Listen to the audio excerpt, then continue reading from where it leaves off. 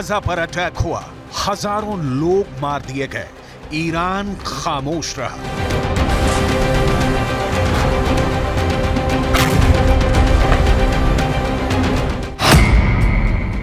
Lebanon पर attack हुआ, Hamas का डिप्टी चीफ मार दिया गया, ईरान खामोश रहा।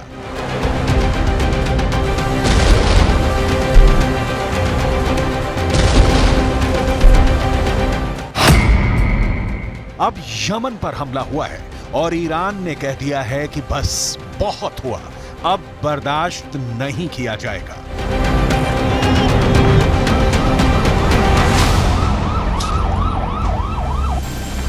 चौबीस घंटे के अंदर ईरान ने अपनी कमांडो फोर्स लॉन्च कर दी और इस ऑपरेशन का टारगेट बना अमेरिका। ईरान का सी किंग हेलीकॉप्टर कमांडो फोर्स को लेकर एक बड़े जहाज की तरफ बढ़ता है और उस पर चढ़ाई करके कमांडो जहाज को कब्जे में ले लेते हैं। ईरान का दावा है कि सेंट निकोलस नाम के इस जहाज पर अमेरिका ने 2023 में कब्जा करके ईरान का तेल चुरा लिया था और अब उसने फिर से इस जहाज को कब्जे में लेकर बदला चुका लिया है। ईरान की नौसेना ने एक तरह से अमेरिका की नेवी को धमकी दे दी है कि फारस की खाड़ी में उसके जहाज सुरक्षित नहीं है।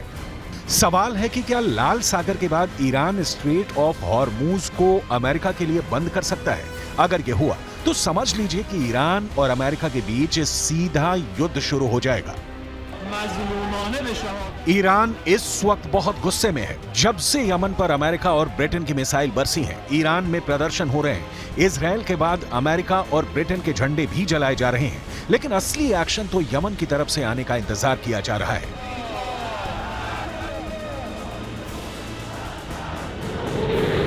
क्योंकि जब अमेरिका ने यमन पर मिसाइल दागने के लिए सुपर हॉर्नेट जेट लॉन्च किए, तब साइप्रस की जमीन से ब्रिटेन ने अपने यूरोफाइटर टाइफून लॉन्च करके यमन पर बम बरसाए हैं। वो 10-20 नहीं, बल्कि दर्जनों बम और मिसाइलों से यमन को टारगेट किया है।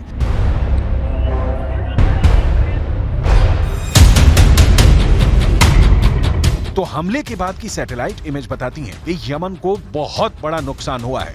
बहुत से रेडार स्टेशन उड़ा दिए गए हैं, बहुत से हैंगर तबाह कर दिए गए। लेकिन इस हमले को लेकर यमन खामोश बैठेगा, इससे अमेरिका अब तक समझ नहीं पाया है।